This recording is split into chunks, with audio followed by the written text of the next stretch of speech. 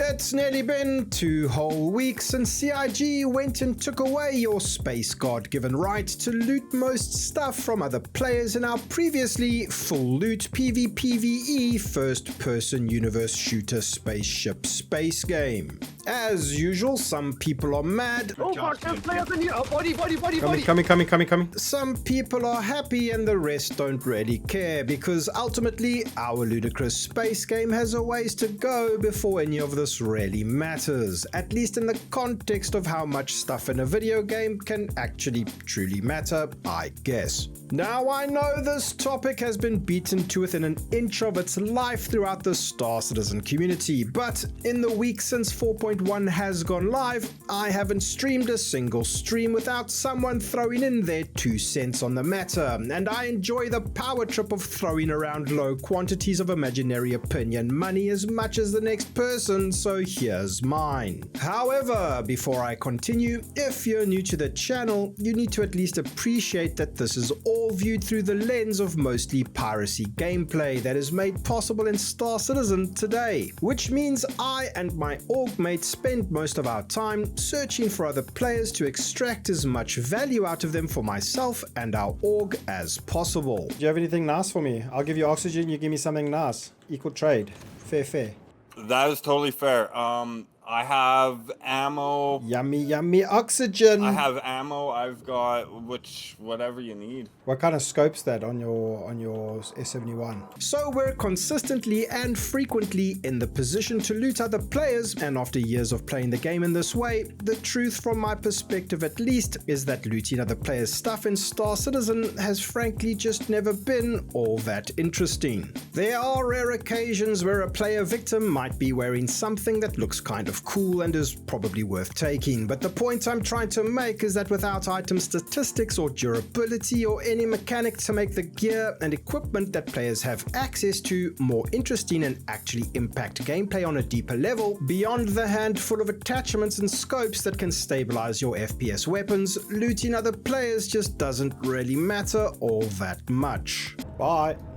Bye. Thank you very, very much. You're a lifesaver, dude. No problem, bro. Take it easy. Have a good one. Now, don't get me wrong. I'm not ultimately a fan of the Tier 0 looting implementation, and the sooner we move on, the better. And that's the real issue that most people seem to have, is we don't really know how long we'll be stuck with the current implementation, which prevents any looting of equipped gear except for ammo and other consumables. Contested zone gameplay probably felt the brunt of the sting, as you could acquire some of the aforementioned weapon mods that you're now gated from looting off your downed opponents unless the player that you're looting had a bunch of stuff in their backpack. For me personally, the biggest issue with the current way it works is the negative impact it has on emergent gameplay. You or I could imagine infinite scenarios where you end up stranded or ejected from a ship, or just generally in a situation where PvP combat has and is occurring around you, and looting a player's equipped gear could change the trajectory of your play session. The inability to loot these items off dead players harms the fabric of Star Citizen and destroys any incredible stories you might have otherwise experienced and told your friends about for years to come, as rare as these encounters might be.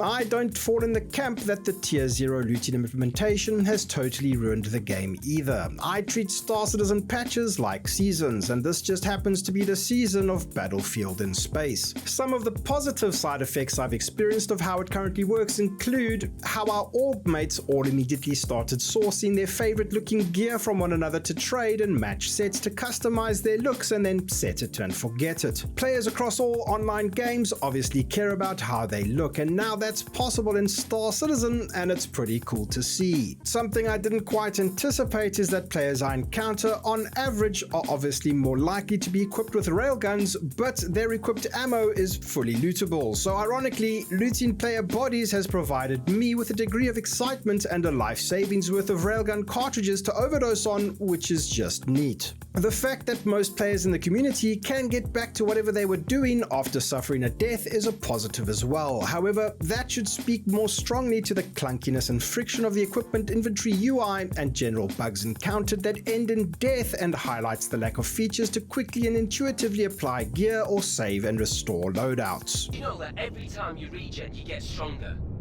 Win or lose, I'll be back stronger than ever before. And lastly, every encounter with another player is now on average more challenging, as the chances that they're equipped with weapons that they enjoy and are proficient with are much more likely, which for myself and my org mates at the least is a good thing. In my experience with the patch so far, the practical impact of Tier 0 looting mechanics has basically made the game more fun, but ever so slightly less meaningful, and in a game that has little to no meaning of progress in the first place, it's ultimately not that big of a deal. However, the entire conversation regarding looting mechanics is hopefully acting as a gateway discussion to something arguably much more important. Oh, that's his respawn? Oh!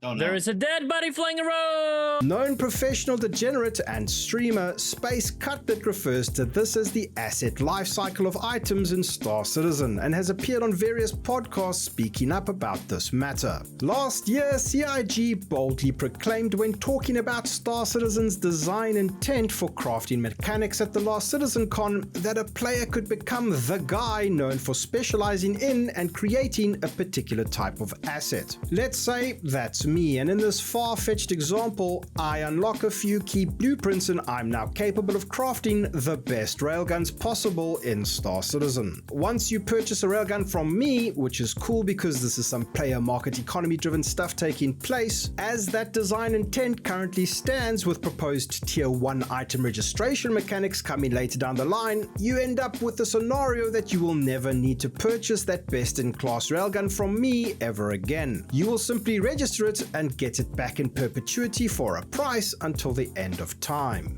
What? I'm coming. Yeah.